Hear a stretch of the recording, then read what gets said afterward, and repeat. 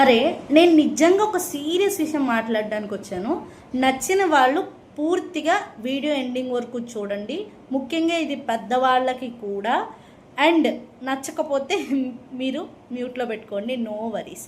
So నేను ఇవాళ ఏం చెప్పాలి అనుకుంటున్నాను అంటే, మనం first of all as a హిందూగా నేను ఒప్పుకుంటా, నాస్తికులు అంటేనే హిందూస్ ఒప్పుకుంటాను. బట్ ఏదైతే మన గ్రంథాలు ఉన్నాయో, మహాభారతం, శ్రీమద్ భాగవతం, రామాయణం, ఇలాంటి గ్రంథాలు ఏవైతే ఉన్నాయో ఇవన్నీ ముసలైపోయాక లేదా చచ్చిన శవం ముందు పెట్టే గ్రంథాలు కాదు. అర్థమవుతుందా మీకు? ఒక జీవుడు పుట్టిన దగ్గర నుంచి ఎలా ప్రవర్తించాలి, ఎలా నడుచుకోవాలి, ఎలా తన జీవితాన్ని ఇది చేసుకోవాలి అనే ఇన్స్పైరింగ్ గ్రంథాలే అవి. మీరు ముస్లిమ్స్ని తీసుకుంటే చిన్న చిన్న పిల్లలకు కూడా వాళ్ళు అరబిక్, ఉర్దూ నేర్పిస్తారు, నమాజ్ చేపిస్తారు. సో మనం ఏంట్రా అంటే, మన పెద్దోళ్ళు ఎవరైతే ముసలోళ్ళు స్నానం చేస్తేనే పూజ గదిలోకి వెళ్ళు, అటువాలు అంటుకోవాలంటే అలా చెయ్యి, పూజ చేయాలంటే మడికట్టు, ఇవన్నీ సోదిలో చెత్త పెట్టి ఇంకా నాస్తికుల్లాగా మనల్ని తయారు చేశారు.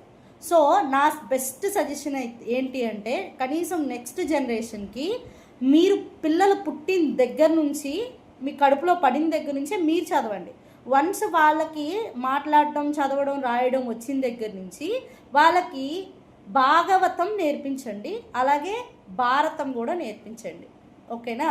సో స్కూల్స్లో కూడా పెడితే బాగుంటుంది. రామాయణం అనేది మనం ఎక్కడో అక్కడ మూవీస్ ద్వారానో ఎట్లా అట్లా నేర్చుకుంటూనే ఉంటాము. సో ఈ ఏవైతే గ్రంథాలు ఉన్నాయో అవి చిన్నప్పటి నుంచే నేర్పించండి. ఎందుకు అంటే ఒక రోజులో చదివితే అయిపోయేది కాదు, లేదా ముసలైపోయాక మూల కూర్చుని హరే కృష్ణ హరే రామ అనుకునేది కాదు. అర్థమవుతుంది కదా? అన్నిటికన్నా ఎంతో విలువైన గ్రంథాలని మన దగ్గర పెట్టుకొని మన పిల్లలకి చదివించకుండా, మన నెక్స్ట్ జనరేషన్కి పాస్ చేయకుండా, అట్లీస్ట్ మనం చదవకుండా దాన్ని వేస్ట్ చేసుకుంటున్నాం. ఏమంటారంటే ఈ పెద్దోళ్ళు కొంతమంది, నేను లలిత శాస్త్రం చదువుతానండి, నేను విష్ణునామ శాస్త్రం చదువుతానండి, నేను హనుమాన్ చాలీసా చదువుతానండి, నేను సాంస్క్రిట్లో పద్యాలు ఉచ్చరిస్తానండి. బొంగు ముందు పిల్లలకి నేర్పించండి. ముందు బుక్కు ముట్టుకోవాలంటే స్నానం చెయ్యి, గుడికి వెళ్ళాలి అంటే తలంటు చెయ్యి, నీసు తిన్నావు కాబట్టి అట్లా చెయ్యి. నేను ఒక విషయం చెప్పిన, ముస్లిమ్స్లో అవేం ఉండవు తెలుసా? వాళ్ళకు ఓన్లీ భగవంతుడి మీద వాళ్ళు ఉన్న ఖురాన్ని మాత్రమే నమ్ముకుంటారు.